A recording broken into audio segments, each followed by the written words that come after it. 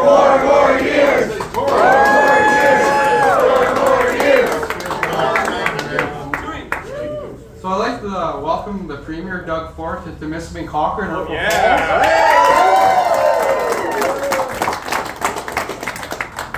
And it's much appreciated to have you here, Premier. And I'll turn it over to you, but I really appreciate you coming to the Falls. Good, fantastic.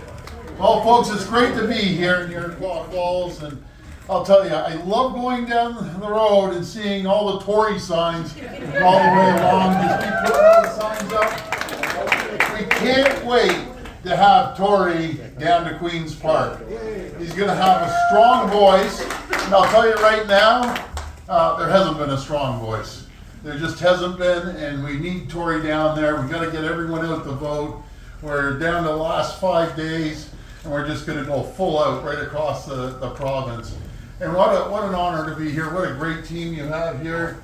What a great community center too. It's fantastic. I got to practice my curling. I'm a little rusty on that. But folks, you know something? Tory's been a champion. He's been a champion about expanding the roads and the highways, making sure it's a lot safer than ever before. And that's why I'm going to cut right to the chase. I'm just so proud to be able to announce, because of Tory and the mayor, where did you just go? Mayor, I'm the mayor. Oh, you're the mayor here, but the other mayor, I know that. Right here. There you are, Dan. So that's all right. So, anyways, I get a call. I talk to Tory, then I get a call from Dan, and Dan says, "You know something? We got to get this 1117." Before you called me, we had planned on doing it and announcing it, and so now we're here to announce that we're going to make sure we have a 2+1 lane going 220 kilometers. That is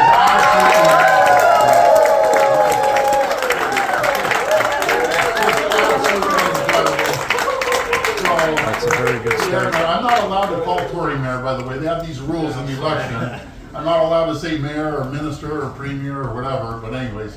But first of all, thank you. Thank you for your leadership, Tory. Mayor, thank you for your leadership.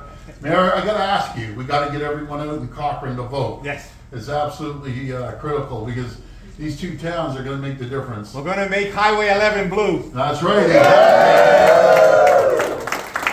And we got Mark Wilson here too.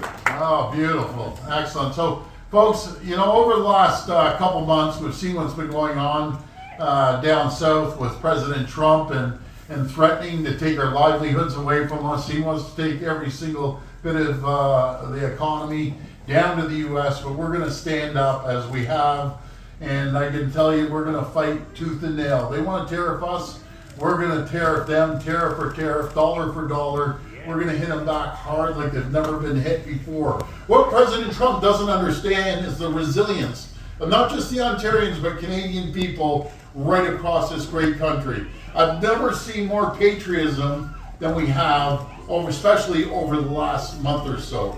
It's absolutely incredible, and I got to tell you what lifted everyone's spirits was the other night with Team Canada winning. You know, I always say when I went down to Washington the other day and I had an opportunity to meet governors of both sides, Democrat and Republican, and senators and Congress people, I found it very unusual, but I'm hearing the same pattern. None of them are for this attacking Canada. I can tell you, Americans, they love Canadians, and even the elected officials, business people, everyone. There's one person that's causing this problem, and we're going to hold him accountable, fix his little red wagon as well. You know, we have a different theory. Let's build an Amcan fortress, the two greatest countries in the world. Because I'm getting calls from down south of the border saying this is terrible. Our neighbors along the border too, all the Congress people are saying it's terrible. But what we're going to do, we're going to diversify our trade. We're going to expand our economy like we did before. Make sure that the countries, we have 51 countries that are tariff free. They don't have any tariffs, and we don't have to worry about getting threatened by tariffs. But you know, what drives me crazy is when President Trump gets up there and says, we don't need Canada. Well, let me tell you how he needs Canada. I'm going to start from west and move over to east. So you start in the critical minerals in BC and the lumber, they don't have enough lumber. They need our lumber, they need the critical minerals from BC. We hop over to Alberta. Well, you know what's in Alberta? Oil. We ship down 4.3 million barrels of oil every single day. That's over 1.2 billion a year. And if you ever cut them off or put an export tax on them, then all of a sudden their prices go up 80, 90 cents a gallon overnight. And I know the Americans that lose their minds if it went up 80, 90 cents a gallon overnight. Then we go next door to our great friends, my friend Scott Moe, the Premier of Saskatchewan. So they have a couple things. They have the uranium to really power their nuclear facilities down in the U.S. They get all the uranium off Saskatchewan. It gets shipped over to Port Hope in Ontario, gets refined there, and then it goes down to the U.S. to get enriched down there. So they have two choices. They're either buying their uranium off Canada or they're going to Russia to buy their uranium, and they aren't getting it there. Potash, 87% of potash.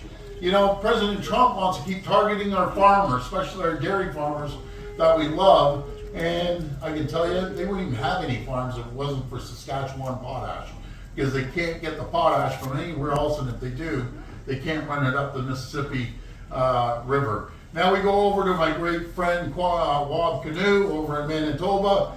He has all sorts of critical minerals that he ships down there, no matter if it's nickel or other critical minerals. Then we go to the greatest province and the sub-sovereign nation in the world, Ontario. We have everything. So we have 33 of the critical minerals. I always say the world wants our critical minerals, and we have the critical minerals. There's 33 of them, and one stands out to me all the time, that the U.S. needs everything. But 50% of their high-grade nickel, everyone thinks nickel's the same, it's not. Nickel from one part of the world to other place, no one has more high-grade nickel than Ontario does. And 50% of the Americans' nickel they use for manufacturing and as well as their military comes right here, Sudbury, which I'm going to be heading over there tomorrow to pay the folks in Sudbury a quick visit. But we have to knock down the barriers. The federal government, I told the Prime Minister the other day in front of all the premiers, get out of our way, to put any mining in anymore. They delayed for 20 years.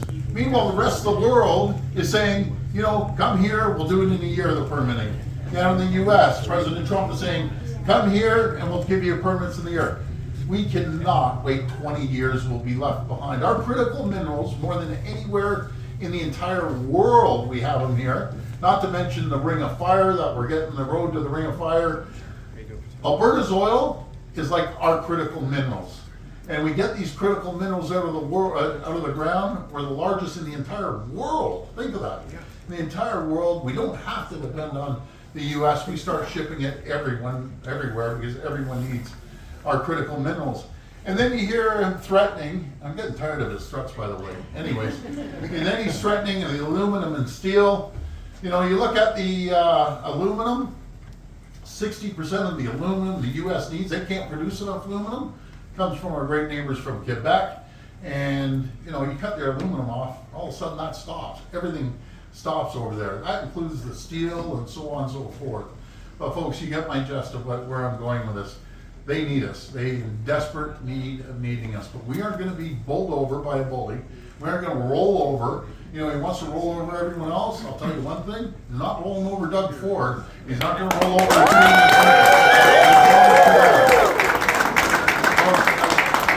I just want to thank you. And I can tell you one thing. I'm going to protect your families. I'm going to protect your jobs. I'm going to protect the businesses. I'm going to protect the communities and do whatever it takes to make sure we protect Ontario. I want to thank you. God bless you. And Tory, go get him, champ. I can't wait to have you down at Queen's Park. Thank you so much, everyone.